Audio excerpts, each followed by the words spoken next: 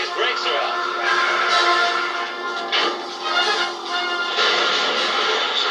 Now, isn't anybody here interested where $25 million might have gone? Exactly 2 minutes to get out of my bank.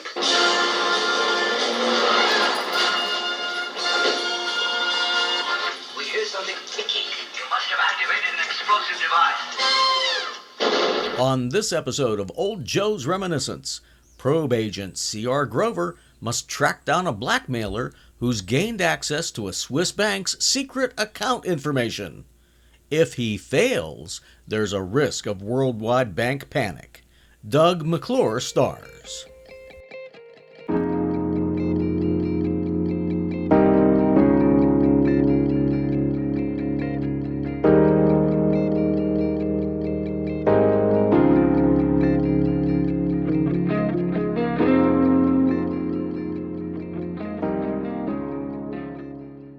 I'm about to review the 15th episode of the 1970s television series Search. This episode was first shown on Wednesday, January 31st, 1973. It was a time when stock prices were beginning to fall rapidly, so this episode may have hit very close to home for some. But, according to the ratings, very few people were watching. I was watching. But I can't say that I remember anything about this episode. Please join me now as I watch it again for the first time in nearly 50 years. There will be spoilers ahead, so if you haven't seen the episode, or if you're like me and you just don't remember watching it, I'd suggest that you view it again before we get lost in the puzzle of Numbered for Death.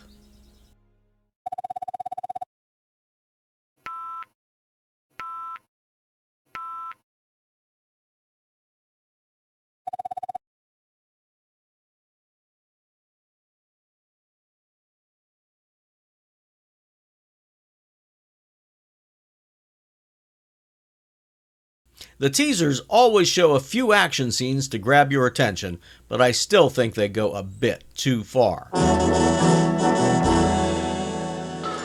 This episode opens at a car race. CR shows up at the pit area to meet his cousin Olivia, whose husband is out on the racetrack. Olivia Allen is being played by Joanna Miles. Born Johanna Schiffer in wartime France on March 6, 1940, Joanna Miles was relocated to the U.S. in 1941. She began her long acting career in New York, performing on stage and television, mostly soap operas. Moving to Hollywood, she branched out to film as well as the small screen. She received an Emmy for her role as Laura Wingfield on the 1973 television film The Glass Menagerie. Star Trek fans will recognize her as Perrin, the third wife of Sarek on Star Trek: The Next Generation. Her last credited on-screen role was in 2013. Olivia is watching the race through a pair of binoculars. When Grover asks to borrow them to take a look, I got a strong feeling that there was going to be a crash. I'm finding it difficult to distinguish now between forgotten memories and premonitions.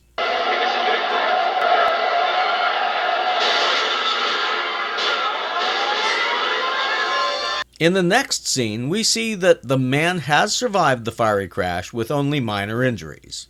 I instantly recognized him as Bert Convy from his many appearances on Match Game. Here, he plays British Formula One race driver Roger Allen. Bert Convy was born in St. Louis on July 23, 1933. His parents divorced and his mother took him to California, where Bert graduated from North Hollywood High before attending UCLA. He played minor league baseball for several teams in the early 1950s. He was part of the pop trio Cheers, who hit number 6 on the Hot 100 with black denim trousers and motorcycle boots in 1955. He appeared on Broadway in Fiddler on the Roof and Cabaret. Bert Convy did many guest appearances on television shows over the years, and he appeared in a few movies, too. He plays Brad, the guy who dresses as a honeymoon bride riding on the back of a motorcycle in the 1981 comedy Cannonball Run. He's probably best known for his many appearances on game shows and talk shows. He was a frequent guest on Match Game in the 1970s, and he was slated to take over as host of the 1990s reboot before he became ill. Bert Convy died of a brain tumor on July 15, 1991. Bert Convy is doing a terrible fake British accent. He gives some lame excuses for why he crashed his car, but Grover isn't buying any of it. Grover suspects that the man is trying to kill himself, but why? You want the insurance? Roger's being blackmailed over some secret funds that he's hidden away in a Swiss bank account in order to avoid paying taxes. All the money I made from racing, I put in one of those Swiss bank accounts. Kind where they give you a number? While Roger is recounting his story, Grover activates his scanner, alerting VCR Cameron and the probe control team. I didn't think. Mr. Cameron, alert on standby frequency 7. That's Grover. Punch him up on monitor 3. Bank Volmar is one of the big four of Switzerland. If that bank has been compromised...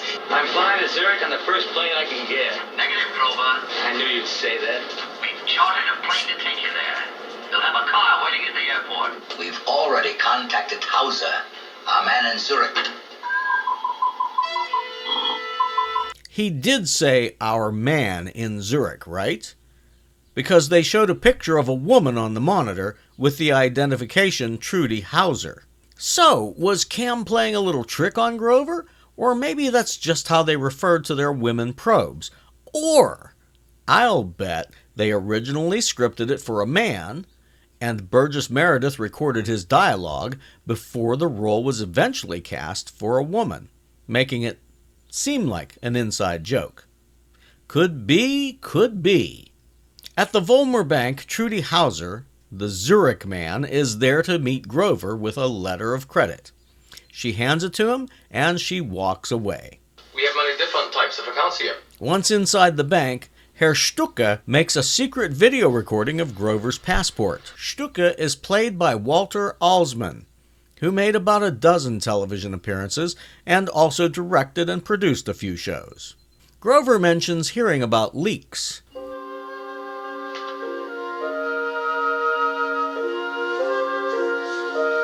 That is not possible. 3 men enter the room. I recognize one of the men as the general in charge of the Project TikTok on the Time Tunnel, another show I've been considering reviewing here.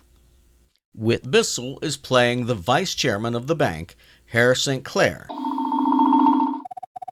Whit Bissell was born on October 25, 1909 in New York City. His father and an older brother were doctors, but Whit got the acting bug while attending the University of North Carolina in Chapel Hill. After getting some experience on Broadway, Whit gave Hollywood a try.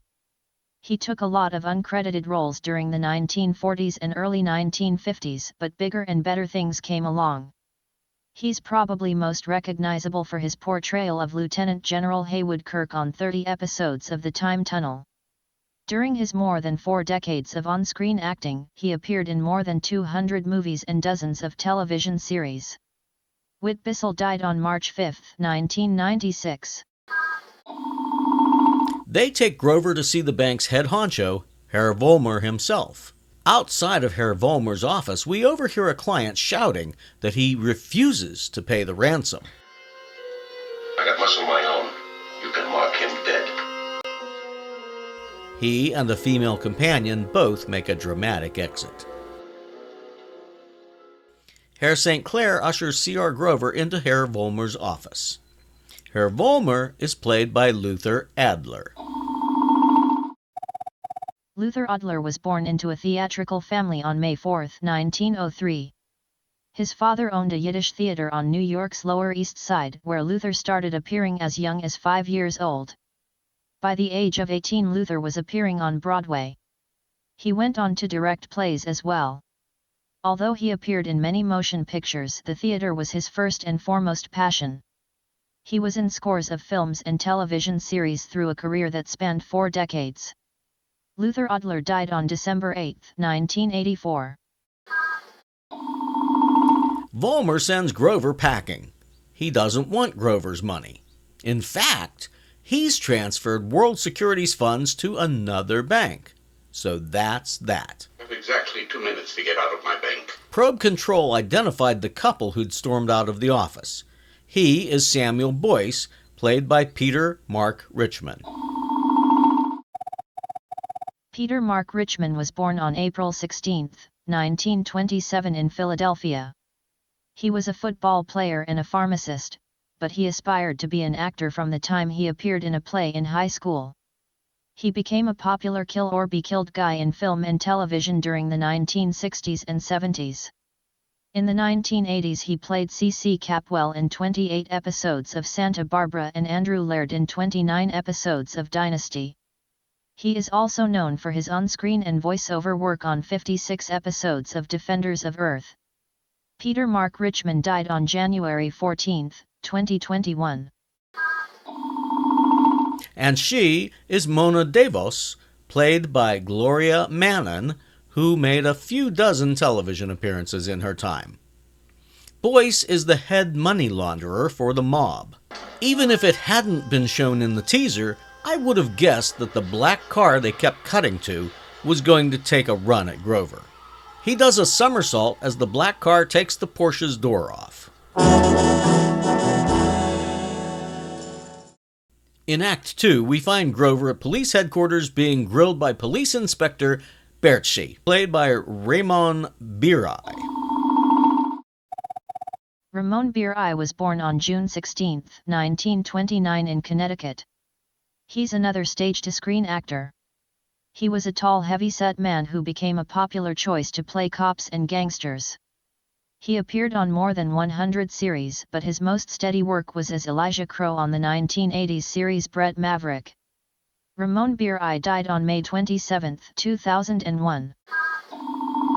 Grover says that he can't identify the driver of the car that had tried to mow him down because he was making a dive for his life at the time.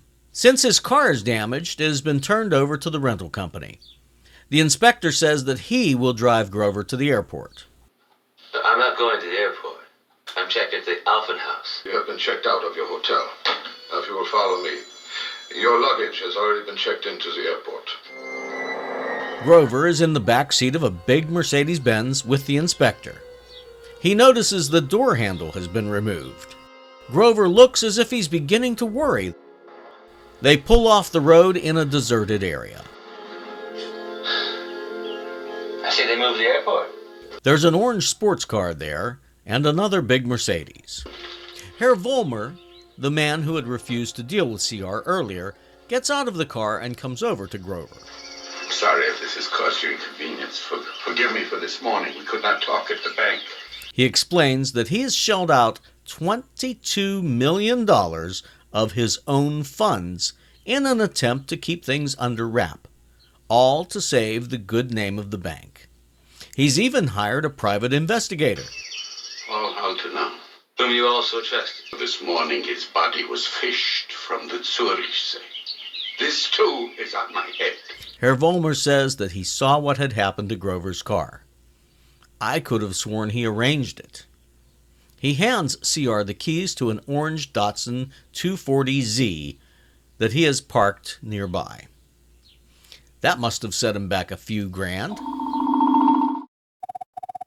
The 1972 Datsun 240Z was a two-door, two-passenger coupe that sold for upwards of $4,000.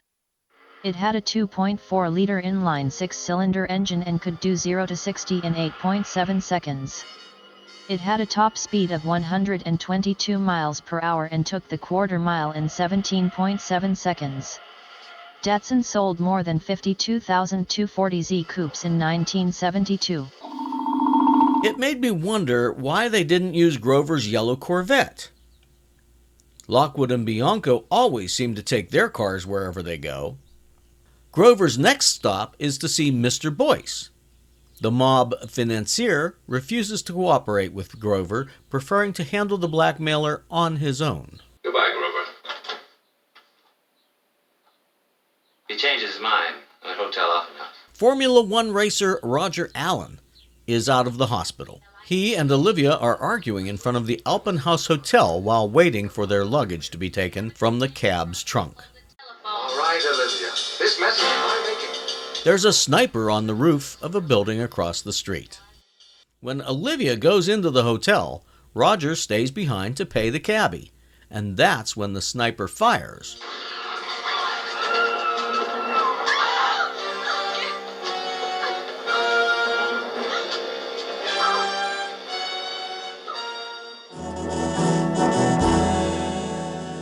Act 3 begins in a hotel room. Probe's man in Zurich is there, and no, I am not going to let that one go. Miss Hauser is there to watch over Grover's cousin. Trudy Hauser is played by Laurie Peters.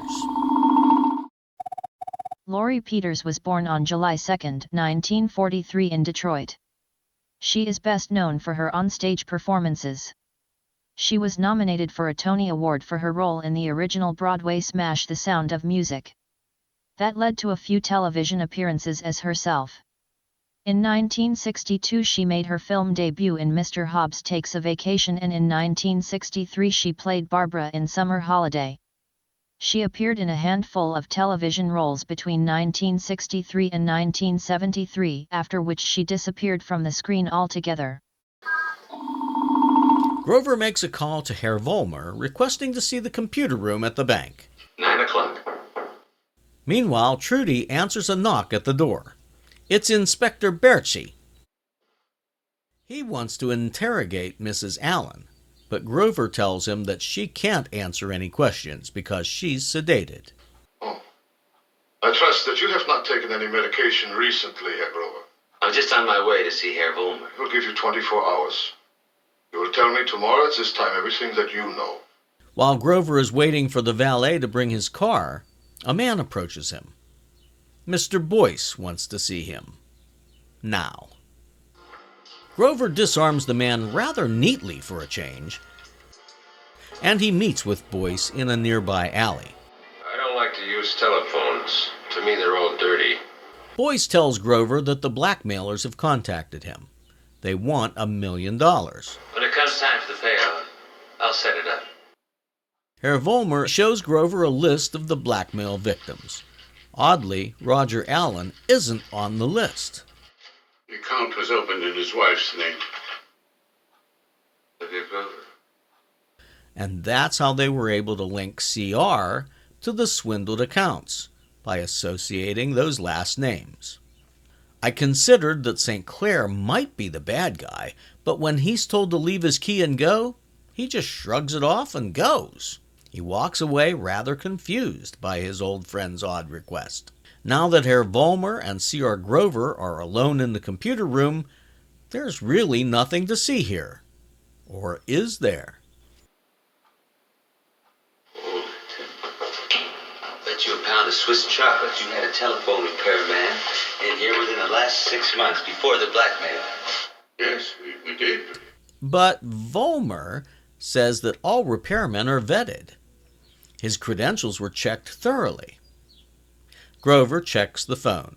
Now, in a minor editing goof, Probe Control's monitor shows a knife approaching the wire, long before Grover even takes the knife out of his pocket. That's a pretty thick wire for one extension phone. Cut into it, Grover, but be careful. When Grover does take out his knife, he cuts into what appears to be a 12-pair cable with something else added to it. There's an extra lead. That extra lead is a high-induction magnetic wire, and he traces it to a miniature transceiver. We are just beginning to digest all of that when Cam tells Grover that Trudy Hauser has requested that he meet with her. It seems she's found another clue. I don't know about you, but this one has me bouncing around too much. There's so much misdirection that it's very hard to follow. Yeah. We're going to win first prize in the treasure hunt. This episode must have been very expensive to produce. There are a lot of guest suspects, some very expensive cars are damaged, and there are multiple computer props.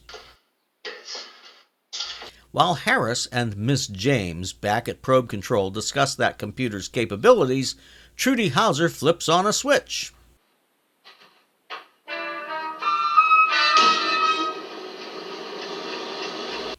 Then VCR Cameron hears ticking. Grover, we hear something ticking. You must have activated an explosive device. Trudy! Here. You all right? They decide to skedaddle before Grover has something else to explain to Inspector Bertzi. Back at the hotel, Mrs. Allen comes out of the bedroom quite refreshed from her sleep. Can I do anything? Libby. No, hon, listen. You go on back to bed. There was something that Roger wanted to tell you. When her husband delivered one of the ransom drops, he pretended to leave, but he stuck around to see who picked up the money. It was a red-haired woman. At this revelation, Trudy Hauser touches her red hair. Do we have another turncoat in the probe organization? I'm fairly sure that was misdirection, though, because Trudy wasn't even aware of the blackmailings until Cam called her and involved her in the case. Boyce calls Grover at the hotel. Our friend wants me to make delivery early tomorrow morning. He'll be going out in his Mercedes convertible. He even gives Grover the license number. He's really divulging a lot of details for someone who had previously told Grover that he didn't trust discussing sensitive issues over the telephone. In the next scene, Grover is in the Datsun, following Boyce and Mona. The Mercedes brakes fail. Boyce nearly crashes on a curve, and the film was sped up to make it look even more terrifying than it really was. I'm going to try and get in front of him. Car is too light. He'll bounce you over the side. Can you come up with a better idea? Grover cuts a corner to get in front of Boyce. He slows down until they lock bumpers, and he brakes in an attempt to slow the Mercedes down.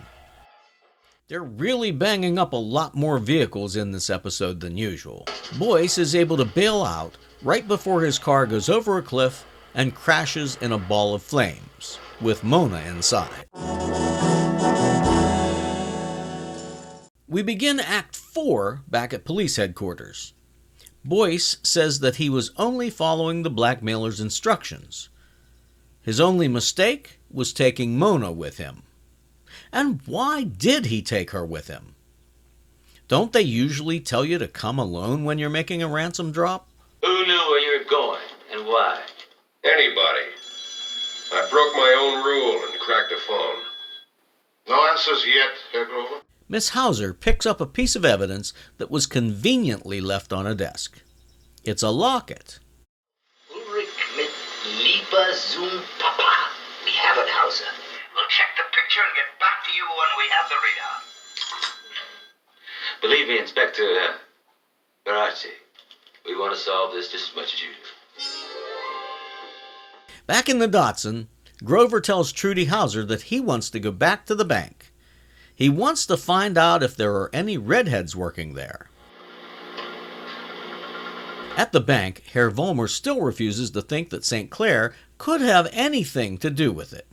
And when asked who else had access to the computer, he mentions his personal assistant. Come.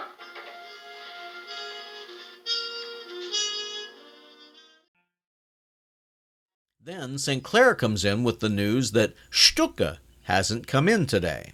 We've been calling his home. I have a dress. Come on. As they enter Stucke's home, Cam informs them that the computer they blew up was rented by a red-haired woman who paid cash. Better call Baracci. Grover finds Stucke dead of an apparent suicide. He'd left a typed suicide note and an incriminating computer printout. How very convenient. Herr Vollmer and Herr St. Clair both accept that as proof that Stucke had to be the blackmailer. They're calling the case closed. I just can't believe that Stucke could mastermind this whole operation. Grover points out that for someone who's blackmailed $25 million, Stucke's bank account has a measly $5,000. Back at Boyce's residence, Grover has Trudy take her scanner offline. Take your scanner off. Take your scanner off. Before he brandishes a pistol. You know I really hate these things.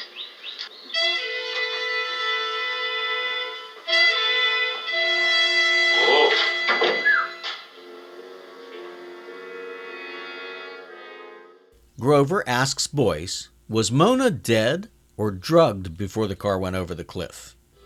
$5 million, Grover. Are you kidding? I'd never lived to collect. Took care of all your partners, didn't you? Chuka, Mona, or should we call her Uraka, since it's just you and me? Did you burn the red wigs? Well, like you said. Who wants loose ends? Boyce steps on a floor switch and a man enters the room. You've been a dead man since you walked into this place. The man pulls a gun and he points it at Grover. I would have had that gun out before entering, but whatever. Grover wants to know what Boyce did with the $25 million. Now, there's no reason in the world why Boyce would tell Grover that, but this is television and we need the exposition dump.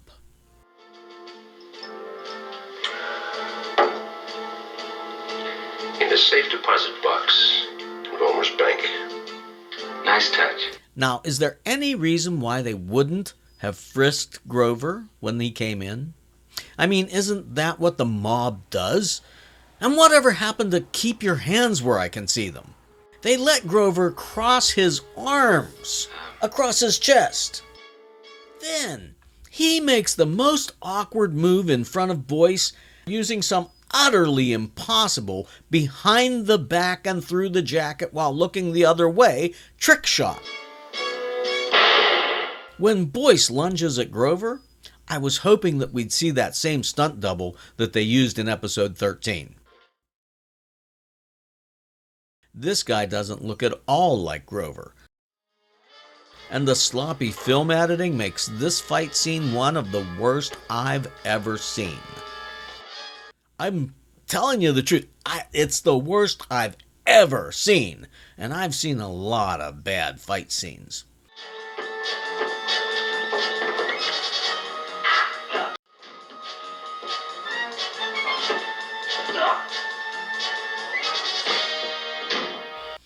Grover knocks Boyce out.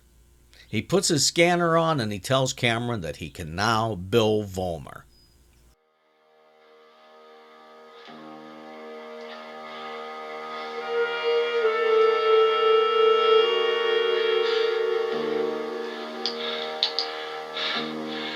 Cameron, you can have accounting bill Air Vollmer now.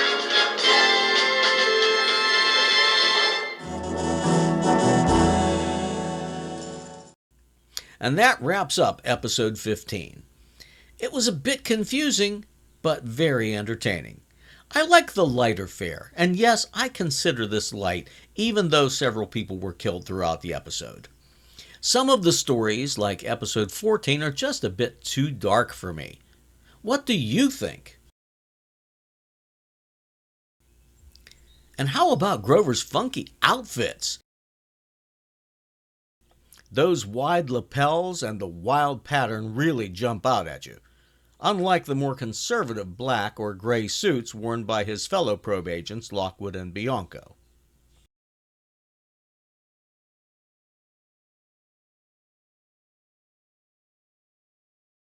At one point, he wore a tie that was made from the same loud pattern material as his shirt.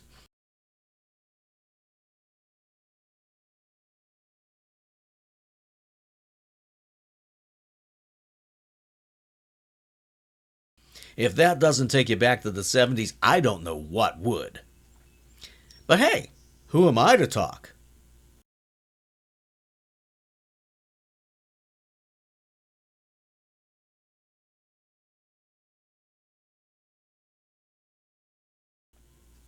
Did I scare you? So, if you liked this review, be sure to smash the like button. While you're at it, if you're not an Old Joe subscriber, consider tapping that subscribe button as well.